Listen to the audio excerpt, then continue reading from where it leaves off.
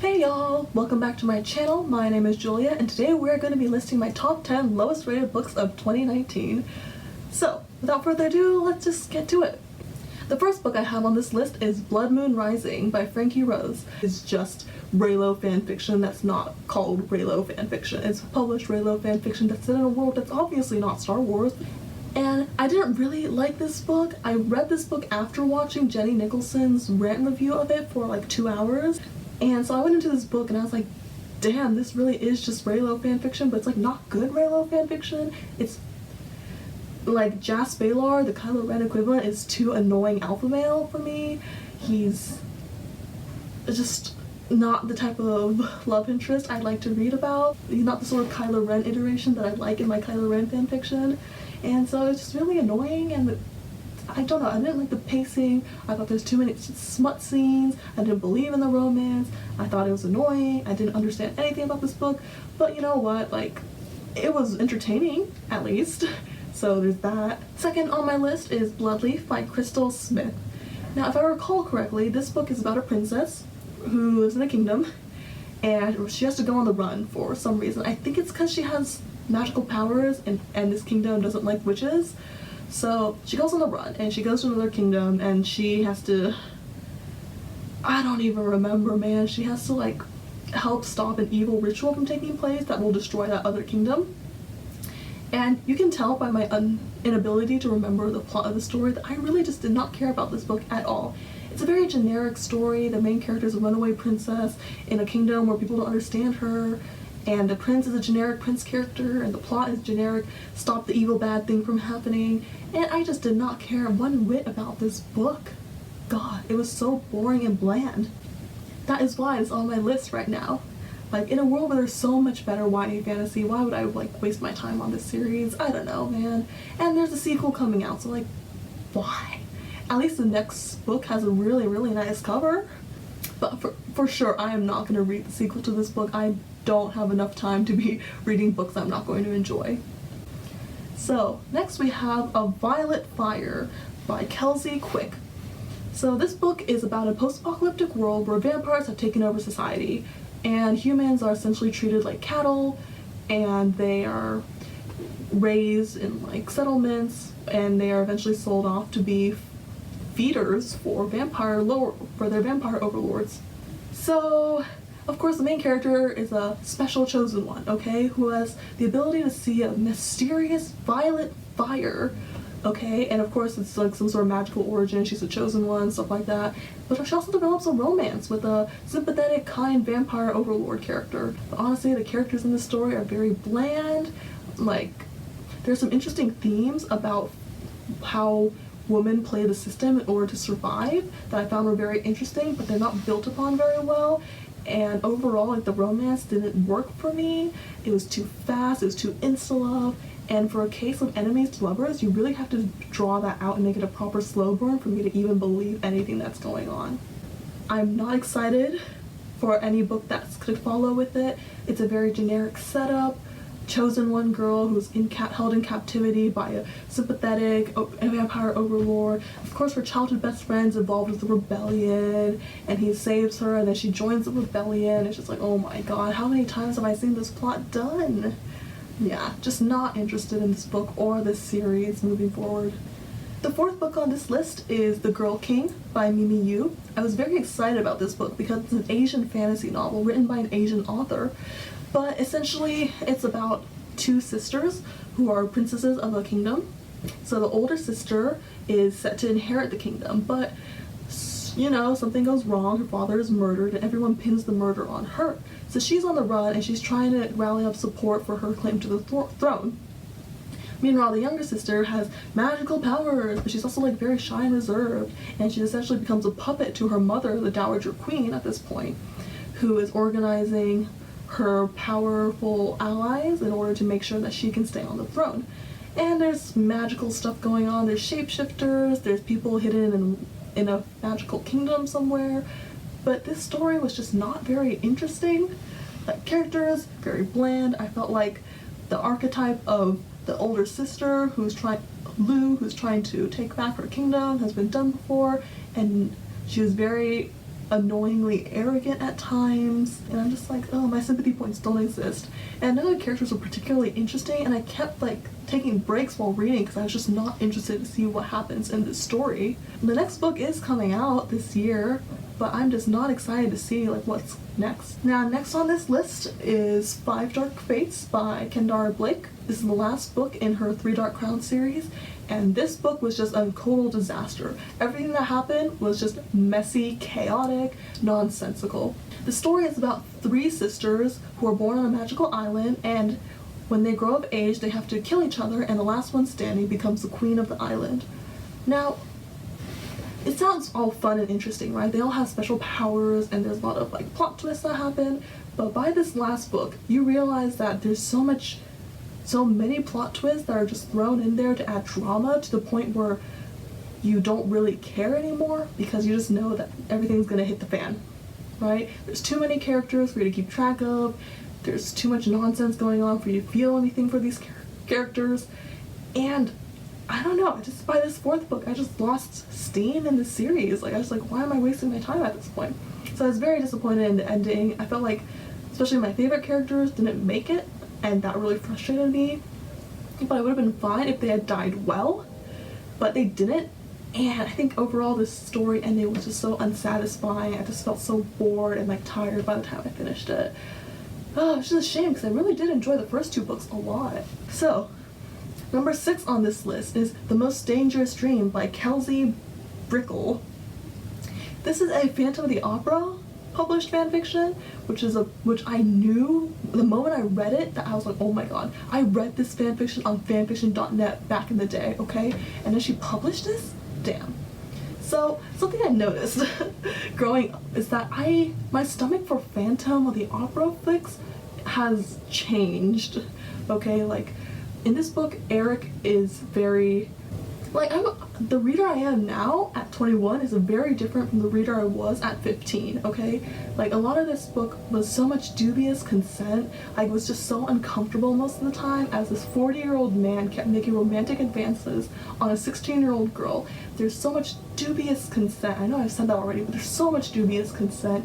He just keeps touching her and she just doesn't know what to do. Of course, she likes it because it's romanticized like that, but at the same time, like, dude, like, stop creeping on the 16-year-old girl. Like, you're 40 years old, get it together. Like, I don't know, it was just so uncomfortable, especially because they kept like going, oh, Christine's such a strong woman for like having compassion for me. I'm just like, no, she's a 16-year-old girl who feels really bad for you and doesn't know how to like get out of this relationship without hurting your feelings. Dude, someone called Child Protective Services. This guy is a creep. Anyway, the ending is super stupid as well. In case anyone cares, this book ends with Eric and Christine fleeing to Argentina, building a life for themselves. Eric kills the guy for like being creepy to Christine. I mean, he doesn't actually do it. That guy gets a heart attack out of fear of seeing him. But essentially, yeah, he kills that guy, right? And then Christine dies of tuberculosis, and Eric is so sad he kills himself. Yeah, this is not good. I'm glad I didn't pay money for it because I got this on Kindle Unlimited. But oh god, it was so bad. So bad. Now, the next book I have on this list is Bid My Soul Farewell by Beth Revis. This is the second book in her duology, and this book follows a necromancer who is essentially necromancing because the whole island that she lives on is being taken over by a necromancy plague, and so she has to become a necromancer herself in order to save everyone. Now, this book was just incredibly boring. The meat of the plot really happened in the first book as she's trying to figure out the mystery of what's going on with this plague that's taking over the island, and all the hard character decisions are made in that first book. But by this book, like, it didn't really need to happen. You know, it could have ended with the first book, and you could have been left with that open ending and been like, oh, now she's a necromancer. Now she's gone to a point where she can never return. We have a really interesting situation that's set up, but this book just kind of takes all of that and drags it out for a long period of time, and you just really don't need to be reading this. It felt like a book that didn't need to exist. You know, there's this amusing part where like the guy pulls out a condom and like they make a grand show of him like putting on the condom because they're practicing safe sex, y'all. And I was like, okay, that's a good message to be having your kids read, I guess. But yeah, this was a very bland book. I enjoyed the first book quite a lot actually, but because watching her descend into villainy was very enjoyable to read because you got to see the desperation that pushed her there. But this book, like, there's no character development. It's just, I felt like the characters were running around for no reason, and I just really did not care about this book. I was trying to read this book for months, but I just could not be bothered to pick it back up again. Next on my list is When Wishes Bleed by Casey L. Bond.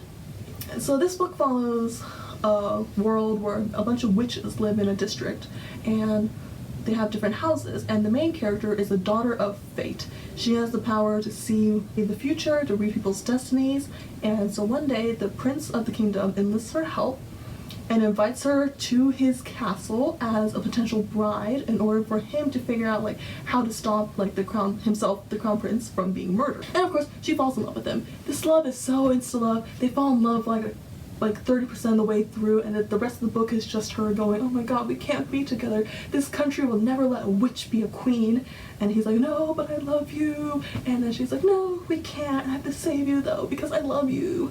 And I'm just like, dude, get it together, y'all. Like, I hate these insta-love stories. Like, and it's also a weird setting where it was a bunch of magical pagan witches, but there's like TVs and technology and camera crews. It's like the Selection sort of setting, but with witches thrown in as well. It was just very confusing. I just did not care about anything that was going on. It was overly melodramatic, and I just lost interest by like the 70% mark, and I was like, oh my god, is this over yet? Good news, I didn't pay money for it because it was on Kindle Unlimited, so that's great at least. And then the ending sets up a like sequel story with like their kid. I'm just like, dude, I don't care. I'm not gonna read that. Stop that.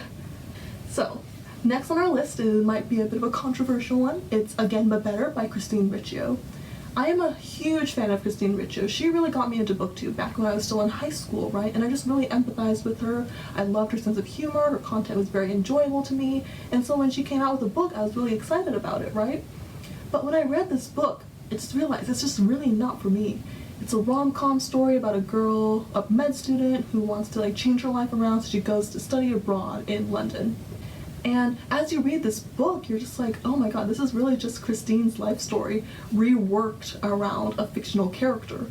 All of the parts of her are just the same as like if you watch Christine Riccio's video and you kind of know the lore of Christine Riccio, you can see all of that reflected in how she creates her main character. Her main character had a username called like Watermelon something. She loves the Beatles. She is essentially Christine, but as a fictional character. And that was just such a weird thing for me to read at that time. The character also felt very immature. Like, I am like her age. I am the age of the main character, and I just could not believe that she was writing such an immature, sort of naive character. You know, and I especially took offense to the way her parents were portrayed as well, because they were just nonsensically harsh. They were really just abusive at a certain point, but the way they resolve that story thread is so ridiculous. The story just resolves itself as, oh, Christine, I mean, Shay? Is her name Shay? I don't know. The story just resolves that like the main character goes and pursues her dreams after all, and her parents are suddenly supportive because she's successful in her dreams. And I'm just like, dude, with the amount of toxicity in that family that you created, I cannot believe that this is how the story ends. Oh my god, this is such a terrible family setup. And then the romance, of course, is too instantaneous and gushy and cheesy, and like it's awkward because like the boyfriend cheated on his girlfriend with her. I'm just like, yikes, y'all, don't do that. Don't do that. Like, stop it. What is this, Anna and the French Kiss? Stop it. Although I do know Christine really loves that book, so I guess that's why. Though to be fair, I just really don't like rom-com contemporaries, so maybe it's not her fault, maybe it's mine, but at the same time, like, I just took offense to a lot of the things that were in this book. It makes me a little less excited for her second book that's coming out soon, which is also a rom-com contemporary, so I guess I probably won't be picking that up in the future.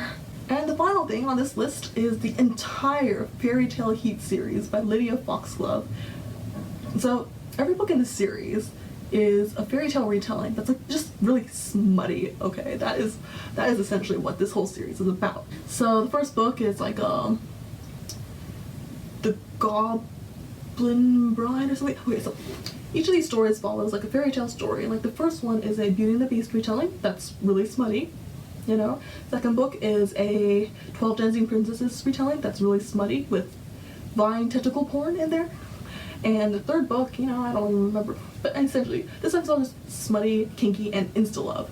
Okay, I can take the smutty and kinky, but I can't take the insta-love. Oh my god, like, listen, I read Raylo's smut, okay? I have very high standards for my smut.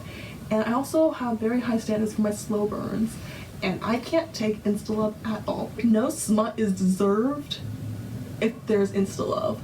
So I was just so annoyed. I was like, why are y'all falling in love so quickly? You knew her for a single night, like the Goblin Cinderella story. I was like, you knew her for a single night. Like, why are you already in love, fam? Like, get it together. How are you supposed to rule a country like that? Oh my god. The good thing was that all of these stories are very short and I could like binge through them very quickly in like an hour or so. But like, what the hell? I don't know. Like, I've read good smut. So it's not that I don't read smut.